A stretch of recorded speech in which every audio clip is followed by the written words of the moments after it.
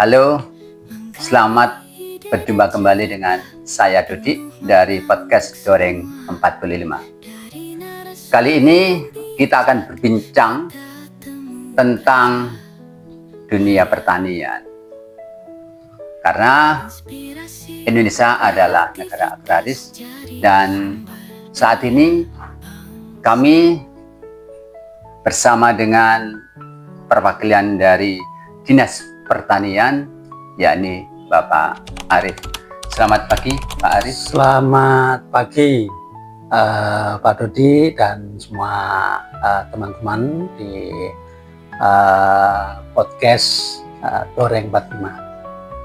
Terima kasih. Sehat ya, Pak? Alhamdulillah sehat. Baik, Pak Arif. Kita berbicara tentang pertanian, khususnya di Kabupaten Lumajang, dalam rangka juga mendukung ketahanan pangan nasional. Sudah barang tentu Dinas Pertanian ini selama tahun 2024 punya program-program unggulan yang sudah dijalankan. Seberapa jauh ketercapaian dari program-program yang sudah dijalankan oleh Dinas Pertanian? Monggo, Pak. Baik, terima kasih. Alhamdulillah bisa disambangi di Dinas Pertanian, dalam hal ini di bidang tanaman pangan. Alhamdulillah untuk realisasi kegiatan 2024 sampai Desember tanggal 9 ini, alhamdulillah kemarin sudah ada rilis dari BPS, kami juga diundang koordinasi. Memang ada capaian-capaian di tingkat program nasional yang belum sesuai dengan harapan, terutama di di target pertanaman maupun target panennya. Kita secara statistik memang dilaporkan ada dibandingkan tahun kemarin itu ada penurunan. Ya, ada penurunan luas tanam yang dicapai di 2024 ini. Tapi dari sisi memang dari sisi data kita, capaian-capaian kita, insya Allah sesuai dengan yang diharapkan, meskipun tidak mencapai targetnya. Kita sampai sekarang itu ada jumlah realisasi tanam itu 60.996, yang itu hitungannya kalau ini kan ada musim tanam ya, Oktober Maret, kemudian April September Asep, jadi totalnya 60.000. Harapannya memang kita bisa tanam sekitar 70.000-an, itu ya tercapai. Insya Allah ada beberapa kendala utama yang ada di Kabupaten Lumajang. Pertama adalah rusaknya dam Gambiran. Gambiran itu ya, alhamdulillah sudah lama sekali. Memang kerusakannya dam itu sendiri bukan kewenangan pemerintah kabupaten. Memperbaikinya juga butuh anggaran, dan insya Allah progres yang sekarang sudah ditangani. Mudah-mudahan di bulan Desember ini sudah selesai. Harapannya kemudian setelah selesainya itu lahan-lahan yang terdampak dari kerusakan itu bisa kembali menanam tanaman pangan khususnya padi yang kemarin juga berpengaruh. Yang kedua, ada musibah tahun 2022-2023 kemarin, kerusakan di dam Klerak yang di Tempe itu ya dengan dampak yang cukup luas sampai 800 hektar, yang itu juga menyebabkan kita tidak bisa menanam sesuai dengan targetnya. Di samping memang ada kendala-kendala OPT. Iya. OPT ini juga lumayan yang banyak apa kayak wereng itu apa? Yang kemarin itu yang dominan kita itu ada wereng, batang coklat sama tikus. Iya. Ini memang satu kendala. Kemudian kalau dari sisi produksi, ngitungnya kan produktivitas. Iya, iya. Produksinya itu lumayan ada peningkatan, jadi produktivitasnya meningkat dari rata-rata dibanding tahun yang kemarin. Ini alhamdulillah juga luas tanamnya menurun, tetapi produktivitasnya rata-rata naik, sehingga penurunan yang kalau dirilis itu di BPS sampai 12, kemudian produksinya sekitaran 10% tadi yang ditargetkan. Iya, iya. Nah itu kemudian yang lain-lain, insya Allah kita di Lumajang ini jagung, ya, ini produk yang pangan utama ya, kita beras, padi, jagung, insya Allah tidak ada kendala. Mungkin juga luasnya juga lumayan bisa mencapai target yang diinginkan. Kemudian kita juga yang utama lagi adalah kedelai. Nah ini memang kendala nasional, tidak hanya di Lumajang.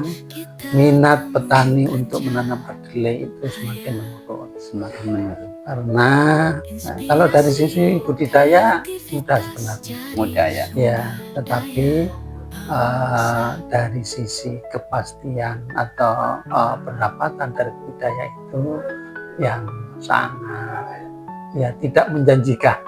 Betul. Jadi potensi kita yang dulu pernah sampai 2000 di tahun 2020 itu sekarang hanya tinggal sekitaran 170 hektar. Yang dulu di beberapa kecamatan sekarang hanya tinggal di Yosowilang dan sedikit di Rowokangkung. Memang jadi kendala dan masih terus kita upayakan bagaimana minat itu bisa kembali bangkit, dan memang kalau upaya-upaya di kita memang tidak bisa apa-apa, karena memang terutama di penyediaan benih kita tidak ada penyedia benih kecuali memang kita disediakan oleh pemerintah pusat, Kementerian Pertanian. Iya, itu yang. Dan benihnya pun ya kalau bahasa petani kok ndak podo ambek produknya yang dari Amerika, kedelai impor gitu ya. Impor Ndak terlalu ini. Kemarin dari Direktorat Dirjen Tanaman Pangan terus upayakan bagaimana bisa menghasilkan benih yang diharapkan, ya, pemutu yang produksinya. Kalau sementara ini yang dikeluarkan secara nasional itu kan berkaitannya dengan pemeliharaan, Pak Arif. Di tanaman apapun, terutama padi, itu kan masyarakat mengeluh tentang pupuk yang kemarin itu. Tetapi kalau di Lumajang kondisinya gimana? Jadi kalau di tahun 2024 ini insya Allah tidak ada kendala. Iya. Stoknya melimpah, kemudian ditambah lagi dengan stok yang baru ketika Pak Menteri berkomitmen untuk mensuplai stok-stok yang dibutuhkan. Insya Allah posisi sekarang malah insya Allah yang kami ketahui ya, ini mohon maaf nanti yang lebih tahu di bidang PSP ya, tapi informasi ini kan justru sekarang melimpah, pupuk itu melimpah, dan banyak petani banyak maksudnya distributor yang melaporkan banyak yang tidak terserap, artinya ya melimpah, lebih mudah, tidak masalah. Ini dibanding dengan di 2023 ya katanya. Tapi insya Allah 2024 sudah cukup dan dicukupi oleh Kementerian Pertanian melalui kebijakan yang ada. Insya Allah begitu. Alhamdulillah. Udah. Dengan petani milenial yang kemarin itu banyak yang kami ketemu menjadi sangat berkurang, generasi petani itu kan menjadi sangat kurang, dan bahkan betul. justru akan beralih ke dijual menjadi perumahan-perumahan, katanya dengan lahan LP2B. Nah, kebijakan pemerintah daerah terkait dengan lahan-lahan petani yang kelas 1 yang seharusnya mungkin harus menjadi lumbung-lumbung pangan, itu setahu Pak Arief bagaimana supaya tidak berubah alih fungsi menjadi hal yang lain lah selain untuk mendukung ketahanan pangan. Ya, jadi memang alih fungsi ada alih fungsi dan alih komoditas. Ya. Banyak sawah-sawah yang berubah fungsinya dari jadi perumahan dan lain sebagainya. Kemudian banyak juga lahan-lahan yang dulunya tanam padi atau jagung atau tanam pangan berubah menjadi lahan-lahan atau tanaman-tanaman perkayuan keras tanaman keras, sengon dan sebagainya. Atau mungkin yang banyak sekarang adalah kita juga merasa tersaingi ya, adalah berubah ke tebu. Banyak sekali. Memang kondisi ini kalau untuk perlindungan supaya tidak alih fungsi, alhamdulillah kita ini sudah punya perda LP2B. Nah, mana yang harus dilindungi supaya menjadi lahan abadi untuk pangan, dan mana yang bisa dilepas, itu sudah. Lahan-lahan yang mau berubah itu harus ada rekomendasi dari Dinas Pertanian. Nah, dalam ini dengan konfirmasi apakah lahan itu menjadi lahan abadi untuk pertanian atau lahan berkelanjutan atau enggak. Itu kan kriterianya kan banyak. Yang saya tahu itu salah satunya adalah tidak masuk LP2B itu adalah beberapa meter dari kawasan perumahan dan sebagainya yang tidak mungkin atau memang salah petanya itu. Nah, itu yang LP2B. Kemudian yang alih komoditas ini yang memang kami, apalagi kalau dilihat bahwa misalkan nanam padi dibanding dengan nanam yang lainnya, misalkan dibanding nanam hortikultura, nanam tebu dan sebagainya, dianggapnya lebih menjanjikan. Bagaimana untuk mencapai capaian produktivitas? Apakah ada petani maupun kelompok-kelompok petani yang sudah menggunakan teknologi dengan smart farming kan itu ya? Gimana itu? Jadi begini, peningkatan produktivitas itu kan dipengaruhi oleh beberapa hal. Insya Allah kita ini kalau dari sisi ininya, salah satunya adalah penyediaan benih. Penyediaan benih itu sangat itu berpengaruh. Alhamdulillah kita memang kalau untuk intervensi membantu benih pada ini kan memang tidak banyak bicara, ya, APBD tidak banyak bicara, tapi insya Allah kami senantiasa berupaya untuk mendapatkan dari pemerintah pusat dalam hal ini Kementerian Pertanian melalui APBD Kementerian Pertanian. Alhamdulillah terus kita mendapatkan alokasi kemarin 2023 kita mendapatkan alokasi seluas 13.000 hektar yang dibantu. Kemudian upaya untuk smart farming itu sebenarnya sudah lama dikembangkan supaya kita ini cara berbudidayanya itu supaya kembali kepada alam lah ya, kita kan kalau mulai adanya sigar pun bulan, organik, organik dan sebagainya, sebenarnya itu adalah upaya-upaya yang dilakukan supaya smart farming bisa dalam hal pengendalian hama penyakit. Kita juga mengembangkan dan sudah banyak kelompok-kelompok yang memiliki laboratorium PPAH, laboratorium untuk menghasilkan pupuk cair sendiri. Dari sisi dukungan supaya usaha menyediakan pupuk secara alami dan sebagainya itu lebih ini kami sebenarnya pengen usaha-usaha pembuatan pupuk organik itu tidak hanya sekedar kemudian memenuhi kebutuhan sendiri. Betul. Karena sebenarnya potensi kita itu besar ya. Banyak potan itu sudah bisa menghasilkan pupuk organik sendiri, pupuk cair sendiri. Cuman kadang-kadang kemudian kita ini tidak bisa menginginkan untuk ini kesulitannya belum ada sertifikasinya, belum ada izin edarnya, belum ada legalitasnya harus legalitasnya. Itu kami berharap sih supaya nanti UMKM dan sebenarnya kalau ketersediaan anggaran untuk sertifikasi produk itu memang tidak ada.